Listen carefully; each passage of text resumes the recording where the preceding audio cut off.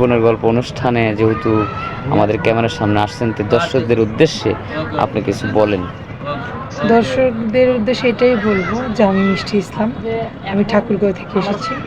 আমার বয়স 23। আমি ইন্টার পর্যন্ত লেখাপড়া করেছি। 5 বছর বয়সে আমার মা মারা গেছে, আমার আব্বু প্যারালাইজ। তো একটা সৎ মা তো সব সৎ মা তো আর আপন মা হতে পারে না। সৎ মার কারণে আমার মাদ্রাসা থেকে লেখাপড়া করা।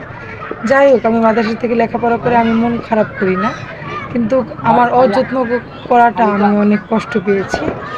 যে মনে করেন যে মাদ্রাসার সবার বাবা মাই সবাইকে দেখতে গেছে, না আমার বাবা মা কখনো আমাকে দেখতে চায়নি। খুব দুঃখের কথা। আমি এতটুকু বড় হয়েছি একটা কুকুর বিড়ালের মতো লাথি খেয়ে বড় হয়েছি। আমার লাইফটা অনেক কষ্টের। আমার জীবনে আমি সুখী জিনিস কারো কাছ থেকে পাইনি।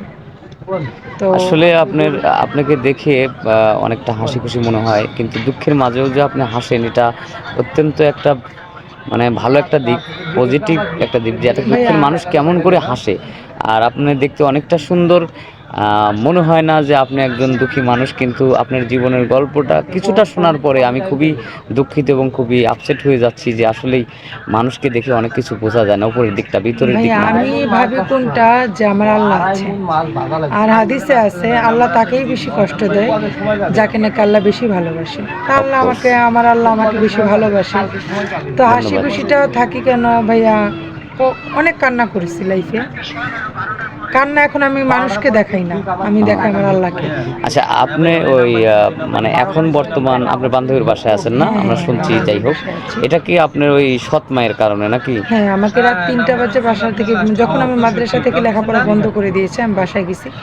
প্রতিনিয়ত কাজ করতাম। তো একদিন ডাল রান্না করেছি, ডালের মধ্যে হলুদ বেশি দেওয়ার কারণে না আমাকে অনেক মারছে।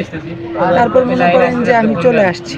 এটা হলো আপনাকে তাড়ানোর একটা পদ্ধতি। হ্যাঁ, হলুদ বেশি হলেই বা মানে সমস্যা কি, বা কম হলেই বা আমার মাথায় সমস্যা কি? একটা মানে করে মোচা দেখা যায় কিনা জানি না ভিডিওতে। তো উনি অনেক মারধর করছিল, রক্ত বের হয়েছিল। পরে আমার কাপড় চোপড় দেন, এক আপনার বাবা কাপড়ের তো মধ্যে প্রতিবাদ বেরিয়েছি। করতে পারে নাই, কারণ সে আব্বু তো কথা বলতে প্যারালাইসিস, পারে তাই না? না, কথা হ্যাঁ বলতে উনি পারে না। কথা বলতে পারে না, যাক, ওনাকে মা কি না থাকলে বলবো। এটা হয়। আচ্ছা, আমাদের ক্যামেরার সামনে আসছেন, ভালো একজন মনের মানুষ চাচ্ছেন, যাতে আপনার পাশে দাঁড়ায়। কেমন ছেলে চাচ্ছেন আপনার লাইফ আমি পার্টনার এরকম হিসেবে? একজন ছেলে চাই, তার বয়স যতই হোক, বয়স কোনো ম্যাটার করে না, যে আমাকে সারা জীবন ভালোবাসবে, আগলে রাখবে। 1 বাচ্চা 2 বাচ্চার বাবা হলে আমার সমস্যা নেই, কারণ একটা ছেলে 4টা বিয়ে করতে পারে। যাই হ্যাঁ, হোক, আপনি অনেকেই বলে বিবাহিত হলেও সমস্যা নেই। একজন ভালো একজন স্বামী এখন চাচ্ছেন, মনটা ভালো আর কি। অনেকেই বলে যে যে কিভাবে সতীনের ভাত খাবে, এগুলা প্রতারিত, এটা সেটা। দেখেন ভাই, একটা কথা কি, আপনারা প্রতারিত ভাববেন না। সতীনের ভাত কেন খাওয়া যাবে না?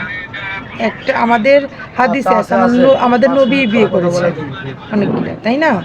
তো এখন এখানে আমরা কেন পারবো না? যদি যাই হোক, আমরা স্কিপ বাড়াবো না, মনে হয় আজান দিবে। আপনার উচ্চতা কতটুকু? 5 ফুট 5 ইঞ্চি।